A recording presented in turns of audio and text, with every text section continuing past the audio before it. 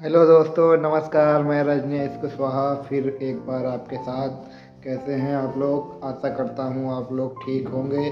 मैं भी बढ़िया हूँ। और मैं आज आपको बताऊंगा एक ऐसी बीमारी के बारे में जिसका नाम है ब्लैडर ट्यूमर। ये एक कॉमन बीमारी है। ये जो है एडल्ट में भी पाई जाती है और बुजुर्ग लोगों में भी पाई जाती है।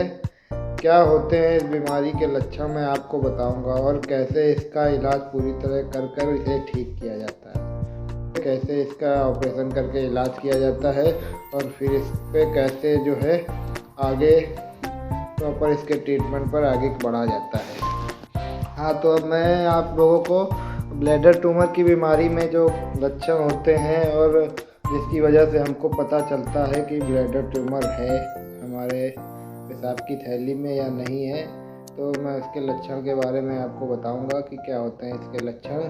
तो इसमें होता ये है कि जो पेशाब की थैली में जिसके ब्लैडर ट्यूमर होता है, तो उसको पेशाब में रिस रिस कर जो है ब्लड की बूंदें आती रहती हैं।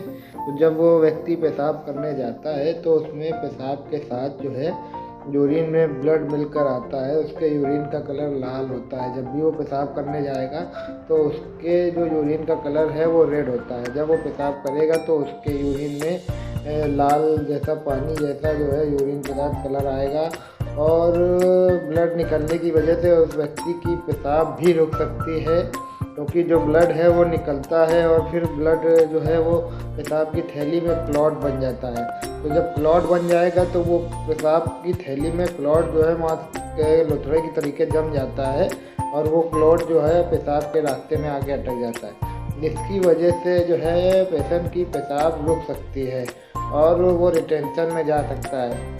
रिटेंशन में जब जाता है पेशेंट तो फिर उसकी यूरिन प्रॉपर पूरी तरीके से बंद हो जाती है। ये मतलब होता है रिटेंशन का।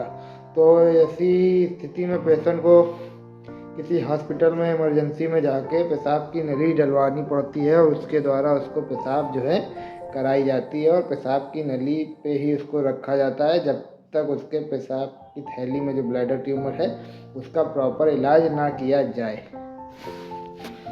लेकिन प्रॉपर इलाज करने से पहले उस पेशेंट का एक बार सीटी स्कैन टेस्ट किया जाता है, जिससे उसकी पेशाब की थैली में ब्लैडर ट्यूमर जो है वो किस एरिया पे है, किस जगह पर है, उसका प्रॉपर जो है हमको पता होना चाहिए ऑपरेशन से पहले।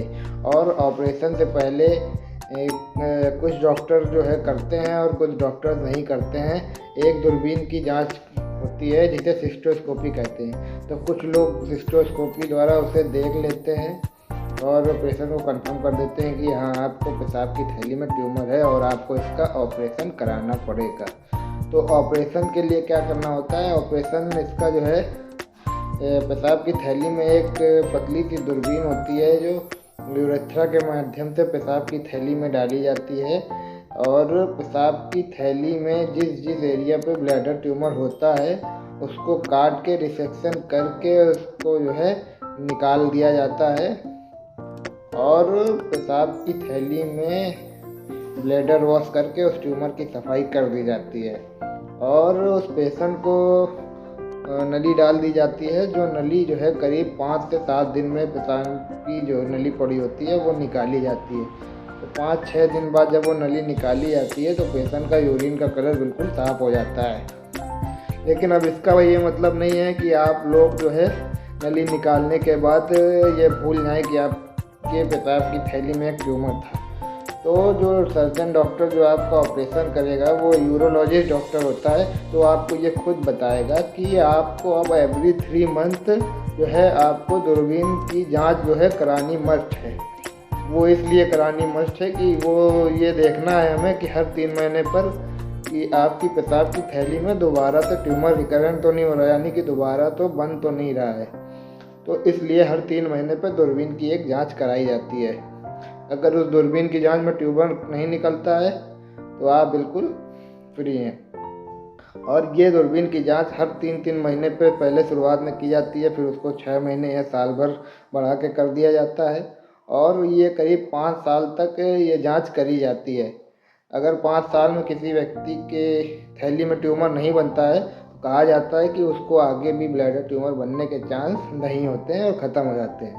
और ब्लैडर ट्यूमर का जब ऑपरेशन किया जाता है तो ऑपरेशन करने के बाद करीब 1 घंटे बाद पेशाब की थैली में एक दवा डाली जाती है जिसे मिटोमाइसिन कहा जाता है, जो 10 mg का एम्पूल आता है और 40 mg का भी आता है। तो वो अवेलेबिलिटी के हिसाब से है। अगर आपके यहाँ 10 mg का मिल रहा है तो आप उसके 4 इंजेक्शन, अगर 40 mg का मिल रहा है तो उसका 1 इंजेक्शन पेशाब की थैली में 50 ml से 60 ml सलाइन में डाइल्यूट करके पेशाब की थैली में नली से डाल दिया जाए और कैथेटर को 1 घंटे के लिए करीब ब्लॉक कर दिया जाता है।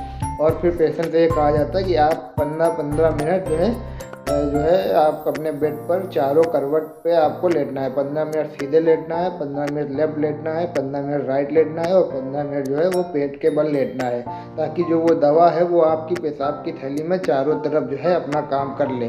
तो ये दवा इसलिए डाली जाती है कि पेशेंट को ब्लैडर ट्यूमर बनने के चांस थोड़ा सा कम कर दिए जाएँ, उससे थोड़े से कम हो जाते हैं।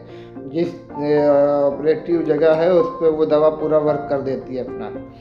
तो ये दवा भी रोकथाम में बहुत कारगर होती है और ये हर हफ्ते फिर पेशेंट को दवा डाली जाती है करीब 6 हफ्ते तक। इसकी वजह से पेशेंट के ऑपरेशन में रोकथाम करने में मदद करती है। और एक सबसे महत्वपूर्ण बात यह है कि जो पेशाब की थैली से जो ट्यूमर ऑपरेशन करके निकाला गया है उसकी बायोप्सी जांच होना बहुत ही ज़रूरी है। वो क्यों ज़रूरी है कि उस बायोप्सी से हमें ये पता चलता है कि ये जो हमारा ब्लैडर ट्यूमर है ये किस ग्रेड का है, हाई ग्रेड का है या लो ग्रेड का है। लो ग्रेड का होता है तो वो कंट्रोल किया जा सकता है और उसको आगे बढ़ने से रोका जा सकता है उसका इलाज करके। अगर हाई ग्रेड का है तो उस पर आगे आपको किसी बड़ी सर्जरी पे भी जाना पड़ सकता है। तो इसलिए आप इस बीमारी को अनदेखा ना करें और ये कभी भी किसी व्यक्ति को पता चलता है कि हमारे पेशाब की थैली में ट्यूमर है तो उसका प्रॉपर इलाज कराए। उसका एक्सपर्ट डॉक्टर होता है यूरोलॉजिस्ट, उससे कराएं और अपने आगे भी उस पर प्रॉपर ध्यान रख के जब आपको डॉक्टर बुलाता है चेकअप के लिए तो उसके पास जाएं। तो थैंक यू। इसी के साथ मैं दोस्तों आपको आज ब्लैडर ट्यूमर ऑपरेशन की लाइव सर्जरी दिखाऊंगा, कैसे किया जाता है ये ऑपरेशन और कैसे ऑपरेशन करके आपकी पेशाब की थैली से ब्लैडर ट्यूमर निकाला जाता है। थैंक यू दोस्तों, मेरे चैनल से जुड़े रहने के लिए कृपया मेरे वीडियो को लाइक करें और मेरे चैनल को सब्सक्राइब करें। और आगे भी मैं आपको ऐसे ही बहुत जानकारी पूर्वक आपको वीडियो दिखाता रहूँगा और आपको बहुत अच्छी जानकारियाँ देता रहूँगा। Thank you.